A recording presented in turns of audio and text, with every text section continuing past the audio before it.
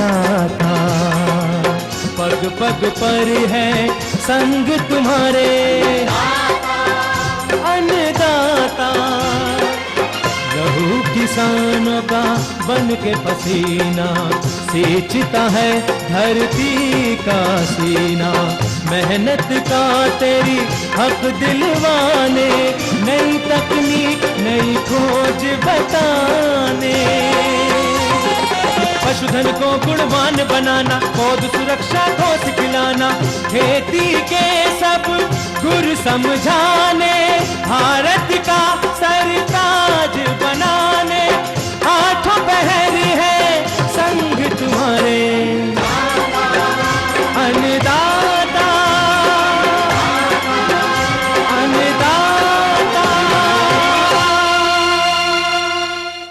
नमस्कार, मैं श्वेता भट्टाचार्य आप सभी दर्शकों का अन्नदाता कार्यक्रम में स्वागत करती हूं। हर रोज की तरह कार्यक्रम में हम लेकर आते हैं खेती बाड़ी से जुड़ी हुई बहुत सी लाभकारी जानकारियां। तो चलिए सबसे पहले देखते हैं क्या है विशेष आज के कार्यक्रम में।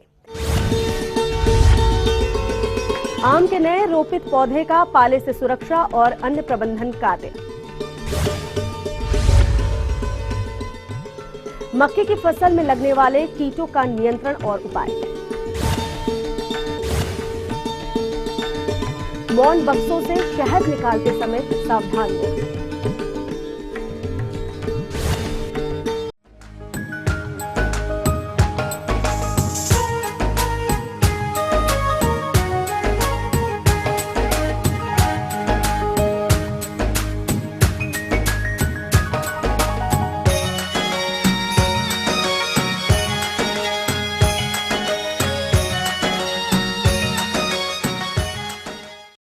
जिन किसानों ने हाल के 2 वर्षों में आम के बाग रोपित किए हैं, वो इन पौधों की उचित बढ़वार के लिए इस समय कौन कौन से प्रबंधनों को अपनाएं।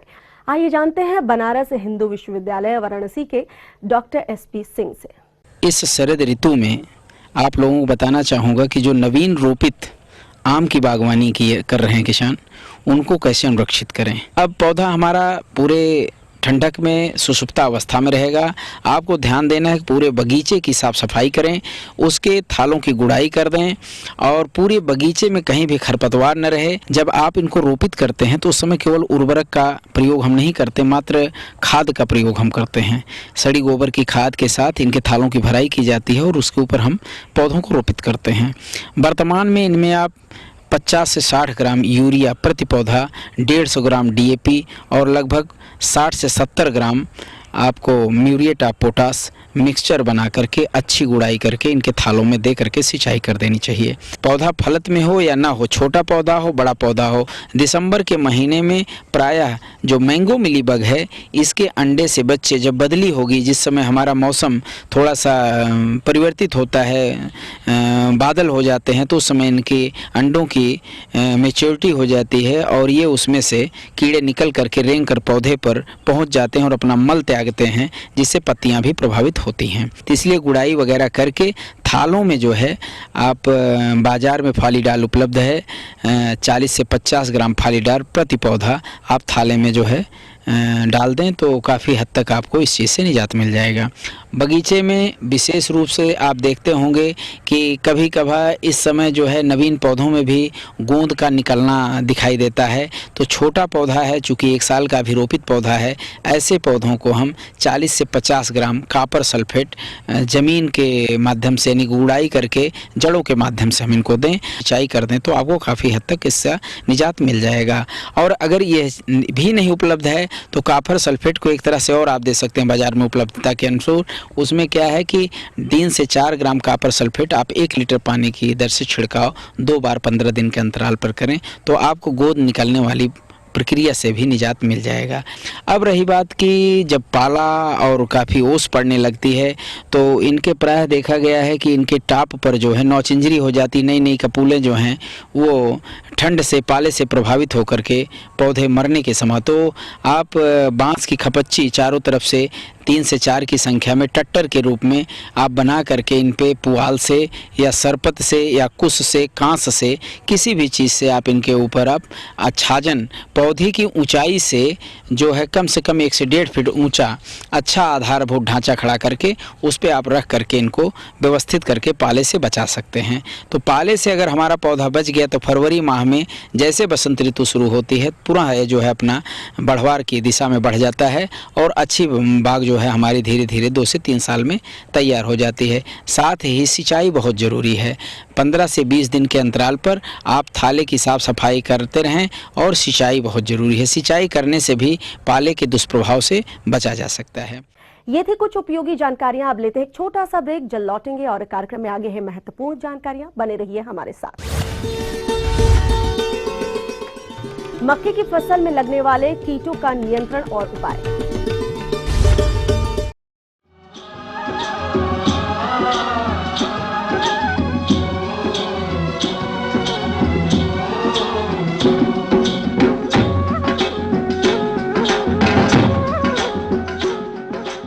ब्रेक के बाद एक बार फिर से आप सभी दर्शकों का अन्नदाता कार्यक्रम में स्वागत है। बढ़ते हैं अगली प्रस्तुति की ओर।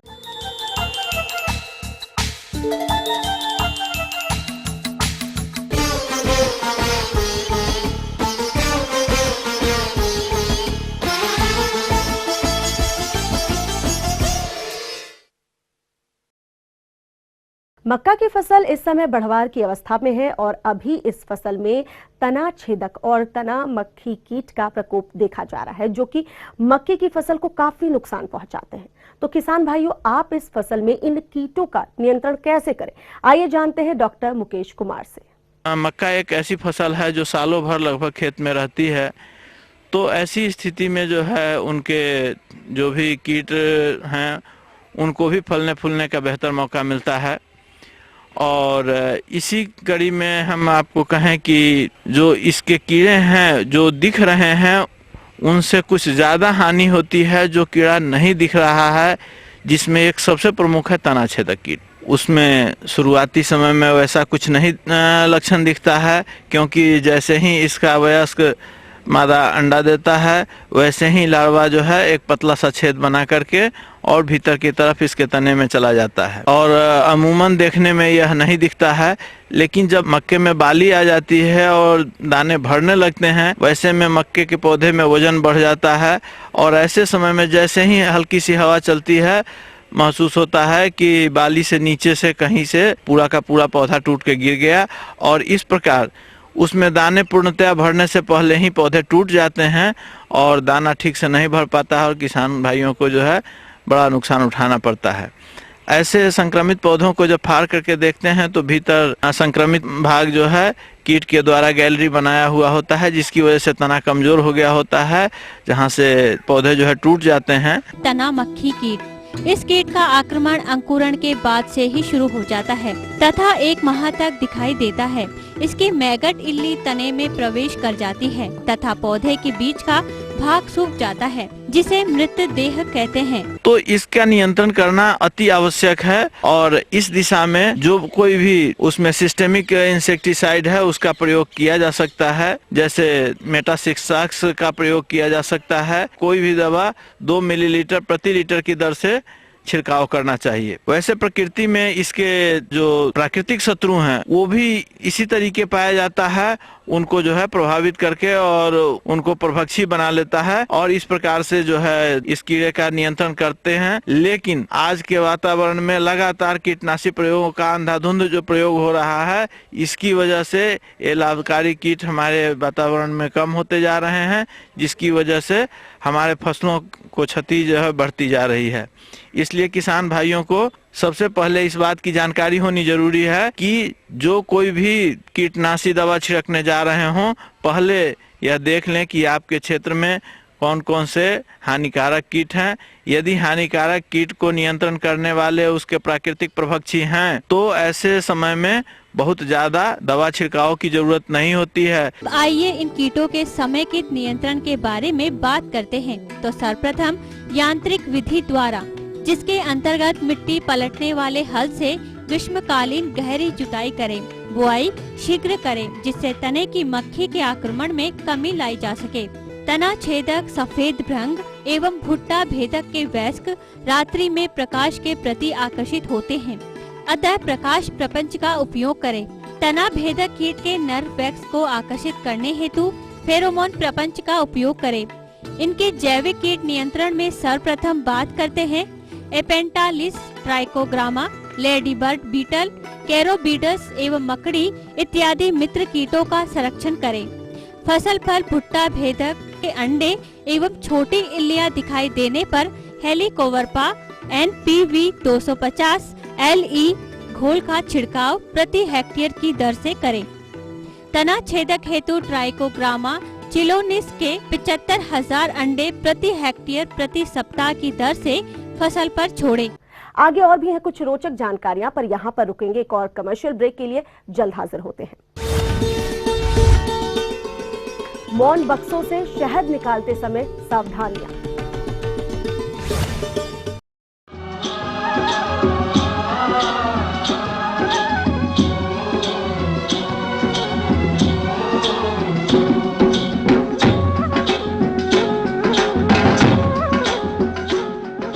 ब्रेक के बाद आप सभी दर्शकों का स्वागत है। चलिए अब रुख करते हैं अगली कड़ी की ओर।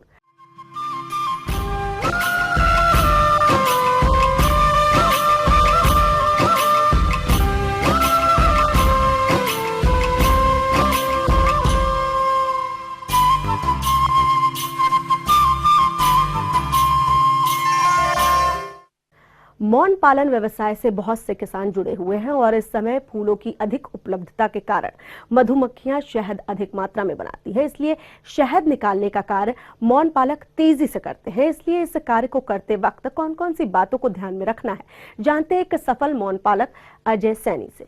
किसान भाइयों, जब हम मधुमक्खी पालन करते हैं तो जब पुष्प रस की अधिकता होती है तो मधुमक्खियाँ जो अपने खाने के लिए पुष्प रस एकत्र करती हैं, नेक्टर एकत्र करती हैं, तो जब वो ज़्यादा हो जाता है, सरप्लस हो जाता है, तब हम मधुमक्खियों से शहद निकाल सकते हैं। किसान भाइयों, सबसे पहले तो मैं आपको कहना चाहूँगा कि शहद जो है वो सुपर चैम्बर से लें। उस शहद की गुणवत्ता सबसे अच्छी होती है। निर्यात में उस शहद की मांग ज़्यादा होती है। दूसरे, जिस दिन आप शहद निकालने का समय जो है वो उस दिन साफ़ सुथरा मौसम होना चाहिए और कमरे का प्रयोग जरूर करें। जो मधु निष्कासक कमरा होता है उसमें आप अपने जो ऑपरेटर्स हैं वो अच्छी तरह स्टेनलेस स्टील के होने चाहिए, साफ़ सुथरे धुले हुए होने चाहिए। और ये समझिए कि आपके कंटेनर हैं वो फूड ग्रेड प्लास्टिक होने चाहिए। भाइयों, जब आप मधुमक्खी के जब आप चेक करते हैं, हो गया है, आपने देखा सुपर चढ़े हुए हैं आपके, तो जब आप छत्ते निकालते हैं तो उस समय जब मधुमक्खियाँ पूरी काम पर निकल जाएं, जो हमारा श्रमिक है वो पूरा काम पर निकल जाए, तब आप लगें। बहुत जल्दी सुबह 8 या 9 बजे शहद निकालने के कार्य में ना लगें। कम से कम 11 बजे तक, 11:30 बजे तक आप इंतजार करें। उसके बाद जब हमारा श्रमिक मधुमक्खियाँ काम पे लग जाएं, तब आप शहद निकालने का कार्य प्रारंभ करें। 80% सील छत्ते हों वही छत्ते निकालें। अंडा लार्वा प्यूपा के छत्ते ना निकालें। जैसे आपने निकाल लिया, उसके बाद अंडा लार्वा प्यूपा है तो उनको वापस बॉक्स में रख दें। और जो पूरे फ्रेम में शहद है, करीब 80% सील्ड हुए हुए छत्ते हैं, उनको ब्रश की सहायता से मधुमक्खियों को हटा दें। हल्के धुएं का भी प्रयोग कर सकते हैं, लेकिन उसमें कोई जहरीली चीज़ ना हो, ये ध्यान रखें। तो हल्के धुएं का प्रयोग करके और ब्रश का प्रयोग करके मधुमक्खियों को हटा सकते हैं। और उसके बाद उनको डब्बे में डाल करके वापस जो आपका कमरा है जहाँ शहद निकालते हैं वहाँ ले करके आएँ और चाकू से, स्टेनलेस स्टील का चाकू का प्रयोग करें। उसको अनकैपिंग करके मशीन में लगाएं और उसका जो आपका एक्सट्रैक्टर है ये भी स्टेनलेस स्टील का होना चाहिए। और उसको हनी निकाल करके आप जब स्टोर करते हैं तो वो कंटेनर भी फूड ग्रेड प्लास्टिक के होने चाहिए। और जो हनी आप निकालते हैं वो करीब 18 से 20% जब उसमें मॉइस्चर रह जाए तब आप निकालें। वो एक तो यह है कि आप उसमें 4-6 महीने, अगर आप बाज़ार में आपको अच्छा मूल्य नहीं मिल रहा है तो उसको स्टोर कर सकते हैं, रोक सकते हैं। किसान भाइयों, जहाँ तक शहद के स्टोरेज का सवाल है, तो शहद आप जब भी स्टोर करें एयर टाइट कंटेनर में करें, फूड ग्रेड प्लास्टिक के कंटेनर में करें।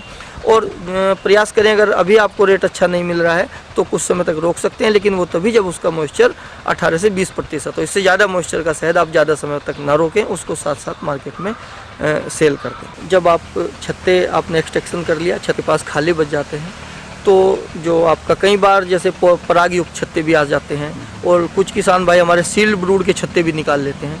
तो उनको ऐसा ना करें कि एक ही बक्से में आपने पूरा सील्ड ब्रूड डाल दिया, एक में पूरे खाले डाल दिए, या 4-5 छत्ते आपने पराग के एक ही बक्से में डाल दिए। जो डालने वापस छत्ते जो आदमी डालता है वो अच्छा ट्रेनिंग शुदा व्यक्ति होना चाहिए। और जो आपके अगर सील्ड ब्रूड भी आपने कुछ छत्ते निकाल दिए ज़्यादा शहद होने के कारण, तो उनको बराबर मात्रा में बांट करके डालें। पराग के छत्ते सभी एक बक्से में न डालें, उनको अलग अलग करके एक एक छत्ता एक एक बक्से में डालें।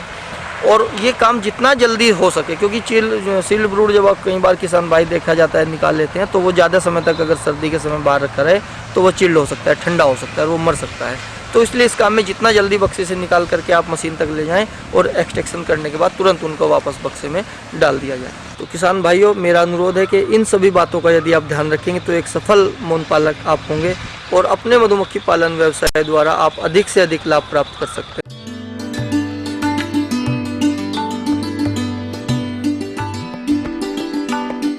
अन्नदाता हेल्पलाइन निशुल्क फोन संपर्क सेवा के माध्यम से आपके द्वारा पूछे गए प्रश्नों में से एक या दो महत्वपूर्ण प्रश्नों को हम अपने कार्यक्रम में शामिल करते हैं। इसी के तहत आज का चयनित प्रश्न और उसका जवाब इस प्रकार है।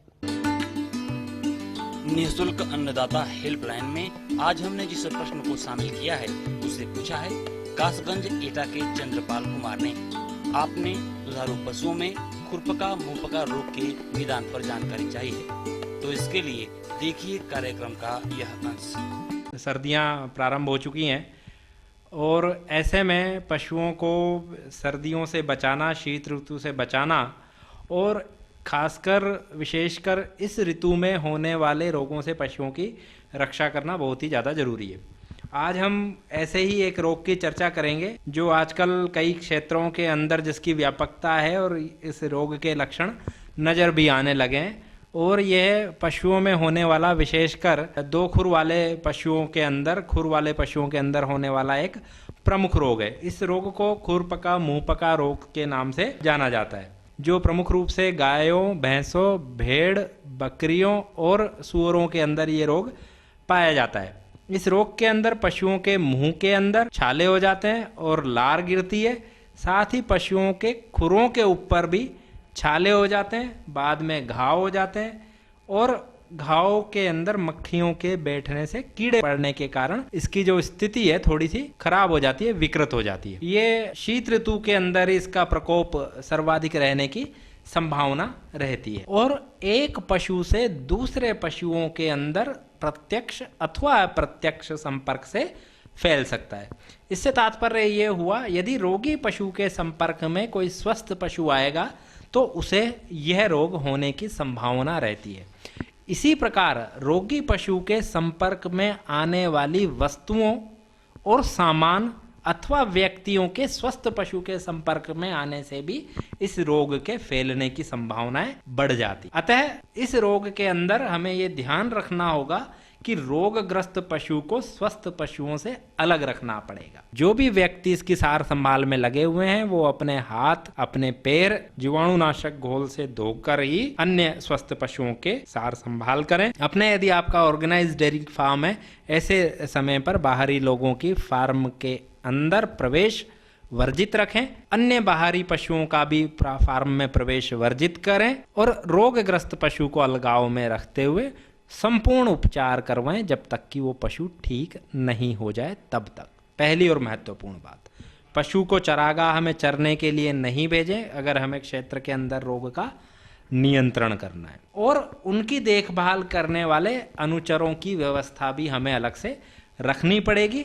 उनके काम में आने वाली वस्तुओं, सामानों और उनके बचे हुए आहार और उनके जल पीने का जो आप जल काम में ले रहे हैं उसका स्रोत भी हमें अलग रखना पड़ेगा, अन्यथा ये रोग फैल सकता है। ये विशेष रूप से ध्यान रखने योग्य बात है। इस रोग के प्रमुख लक्षणों के अंदर पशु जो है वो सर्वप्रथम खाना पीना छोड़ देगा, पशु जुगाली करना बंद कर देगा, पशु के मुंह के अंदर छाले हो जाते हैं और पशु के निरंतर लार टपकती रहेगी। पशु के खुरों के अंदर छाले हो जाने के कारण पशु लंगड़ा कर चलेगा। इस रोग के अंदर पशु का दूध उत्पादन काफी कम हो जाता है। तो इस प्रकार इस रोग के लक्षण प्रकट होते ही पशुपालक भाइयों को सचेत हो जाना पड़ेगा और इस रोग का, रोगी पशु के अंदर इस रोग का उपचार प्रारंभ करना पड़ेगा। इस रोग के उपचार के अंदर पशु के मुंह को लाल दवा के हल्के गुलाबी घोल से धोना है, वॉश करना है, दिन में 2 या 3 बार वॉश करना है और उसके बाद मुंह की श्लेष्मा झिल्ली के ऊपर ग्लिसरीन का घोल जो है लगा देना ताकि पशु को आराम मिलेगा। इसी प्रकार पशु के पैरों में जो छाले हुए हैं उसे भी लाल दवा के सांद्र घोल से लाल रंग का घोल बना लें, उससे उन्हें धोएं। उसके बाद कोई एंटीसेप्टिक लोशन लगाएं, वो पोविडोन आयोडीन लगाएं, कोई मलहम लगाएं ताकि मक्खियां वहां पर नहीं बैठें, ऐसी व्यवस्था रखें। बैंडेजिंग करवाएं, पट्टी बांधें और पशुओं के अंदर एंटीबायोटिक दवाएं देना आवश्यक है ताकि द्वितीय संक्रमण जीवाणुओं का पशुओं में नहीं हो। पशुओं में रोग प्रतिरोधक क्षमता में वृद्धि करने के लिए आवश्यक दवाइयां दी जा सकती हैं, जिसके अंदर विटामिन सी, विटामिन ए ये प्रमुख रूप से पशुओं को दिए जा सकते हैं। और इस प्रकार पशुओं के अंदर अगर बुखार भी कई बार इस रोग के अंदर देखा जाता है, तीव्र बुखार की स्थिति के अंदर पशुओं में बुखार को कम करने के लिए आवश्यक दवाइयां दी जानी चाहिए। तो जैसे ही आपको पशु के अंदर इस रोग के लक्षण नजर आए, आप तुरंत पशु चिकित्सक से संपर्क करके अपने रोगी पशुओं का संपूर्ण उपचार करवाएं। अब जरूरी जो चीज है वो है इस रोग की नियंत्रण से। तो जैसा मैंने आपको प्रारंभ में बताया कि ये एक संक्रामक रोग है, छूत से फैलने वाला रोग है, इसलिए रोग ग्रसित पशु को आइसोलेशन में रखना, अलगाव में रखना अत्यावश्यक है। पशुपालक भाइयों, रोग की रोकथाम उपचार से ज्यादा महत्वपूर्ण है। हमें ये देखना होगा कि पशु रोग ग्रसित नहीं हो। तो पशुओं को पीड़ा मुक्त करने और उत्पादन में होने वाली कमी से बचाने के लिए, ऐसे संक्रामक रोगों की रोकथाम के लिए, विशेषकर खुरपका मुंहपका रोग की रोकथाम के लिए अपने समस्त पशुओं को जिनकी उम्र 3 माह से अधिक है, उन्हें रोग प्रतिरोधक टीके अवश्य लगवाएं। ये टीके समस्त सरकारी पशु चिकित्सालयों पर उपलब्ध हैं अथवा तो बाजार के अंदर भी ये टीके उपलब्ध हैं। तो तुरंत ही पशु चिकित्सक की सलाह लेकर अपने समस्त पशुओं को, विशेषकर जिनकी उम्र 3 माह से अधिक है, उन पशुओं को ये रोग प्रतिरोधक टीके लगवाया जाना बहुत ही ज़्यादा जरूरी है ताकि हम पशुओं को इस रोग से बचा सकें। इसी कड़ी में जिस दूसरे प्रश्न को शामिल किया गया है उसे पूछा है हल्दरपुर मऊ के अशोक राजभर ने। आपने गाजर घास के निदान पर जानकारी चाहिए है, तो इसके लिए देखिए कार्यक्रम का यह अंश। जैसा कि देखने में आ रहा है कि इस समय क्वेल की फार्मिंग के लिए बहुत अच्छा मौसम है। हमारे भारत देश में इसको बटेर के नाम से भी जाना जाता है। 250 से 300 ग्राम की केवल 5 सप्ताह में वजन ले लेती है। इसके जो अंडे देने की क्षमता है वह क्षमता भी बहुत कमाल की है। देखा जाए तो 280 से 300 अंडे प्रति वर्ष के हिसाब से हम इससे प्राप्त कर सकते हैं।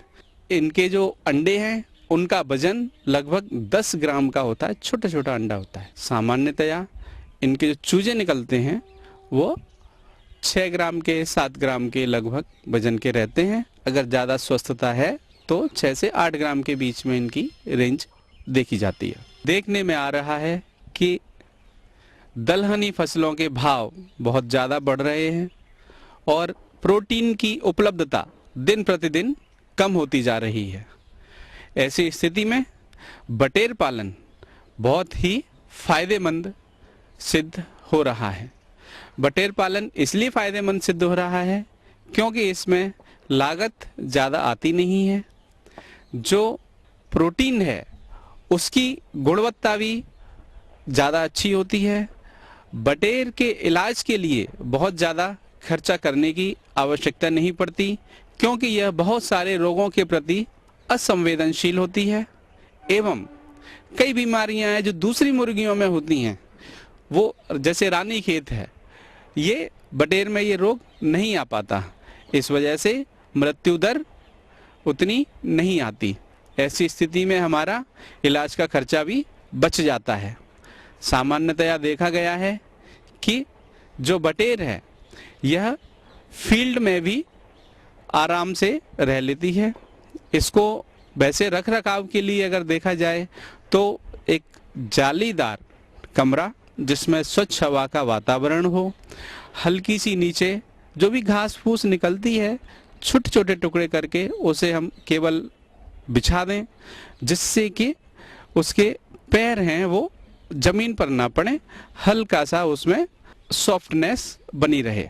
इसके जो चूजे हैं वो 6 ग्राम के होते हैं शुरुआत में और शुरुआत के सप्ताह भर में ये लगभग 4 ग्राम दाना खाती है, दूसरे सप्ताह में ये 9 ग्राम के आसपास दाना प्रतिदिन खाती है, तीसरे सप्ताह में ये 15 ग्राम दाना प्रतिदिन के हिसाब से खाती है, चौथे सप्ताह में ये 25 ग्राम प्रतिदिन दाना खाती है, 5वें सप्ताह में 30 ग्राम प्रतिदिन दाना की आवश्यकता होती है और लगभग आधा किलो दाना कुल खाती है और 200 से 250 ग्राम अच्छे वातावरण में 300 ग्राम तक वजन की प्रोटीन आपको उपलब्ध करा देती है।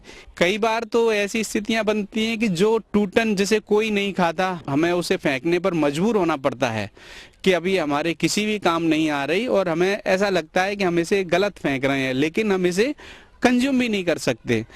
उस दाने के टुकड़ों को बटेर बड़े अच्छे से खाती है और आपको प्रोटीन उपलब्ध कराती है। कॉमर्शियल फार्मिंग के हिसाब से अगर हम क्वेल को पालते हैं तो शुरुआत में इसके लिए हमें 10 बाई 10 के कमरे में लगभग 400 से 500 क्वेल हम रख सकते हैं। बहुत कम क्षेत्रफल लगता है। घर की छत पर भी हम कर सकते हैं। हल्की सी डीप लिटर सिस्टम के लिए बिछावन की आवश्यकता होती है, जो हम बुरादा या भूसा से पूरी कर देते हैं। शुरुआत में जो ध्यान रखने वाली बात है वो है कि हम इनके जो चूजे हैं उनको ब्रूडिंग सिस्टम में ठीक तरीके से रखें, क्योंकि इनको टेम्परेचर की आवश्यकता होती है। अगर हमने ब्रूडिंग ठीक से नहीं कर पाई, टेम्परेचर ठीक से नहीं दे पाए, ऐसी स्थिति में चूजे एक दूसरे पर चढ़ते हैं और क्लबिंग जिसे कहते हैं, क्लबिंग के कारण चूजे मर जाते हैं और मोर्टेलिटी रेट ज़्यादा आती है। इसलिए हम ब्रूडिंग में टेम्परेचर का विशेष ध्यान रखें। शुरुआत में इनको दाने की आवश्यकता भी बहुत कम होती है और हल्का सा पानी के जो वाटर हैं वो साइड में रख दिए जाते हैं, जिससे कि ये आवश्यकता अनुसार पानी पी सकें और दाना खा सकें। इसके साथ ही साथ धीरे धीरे करके 4 ग्राम प्रतिदिन के हिसाब से शुरू के सप्ताह में दाने की आवश्यकता पड़ती है। बाद में धीरे धीरे करके दाने की मात्रा बढ़ती जाती है। 5वें सप्ताह में यह लगभग एडल्ट बॉडी वेट अपना ले लेती हैं। हम ये उम्मीद करते हैं कि आज का कार्यक्रम आप सभी दर्शकों के लिए उपयोगी रहा होगा। किसान भाइयों, अन्नदाता आपकी सेवा के लिए संकल्परत है। कृषि संबंधित समस्या और सुझाव के लिए आप हमें इस पते पर संपर्क कर सकते हैं। प्रोड्यूसर अन्नदाता, ETV Uttar Pradesh, Uttarakhand, Ramoji film city, Hyderabad 501512। साथ ही आप हमें ईमेल भी कर सकते हैं। हमारा ईमेल एड्रेस है annadaata.up@etv.co.in। इसके अतिरिक्त आप हमें निःशुल्क हेल्पलाइन नंबर 1800108459 पर सोमवार से शनिवार सुबह 10 से शाम 4 बजे के बीच संपर्क कर सकते हैं। अब आइए देखते हैं कल दिखाए जाने वाले कार्यक्रम की मुख्य झलकियां। गेहूं की देर में बोई जाने वाली प्रजातियां और बुआई के समय सावधानियां।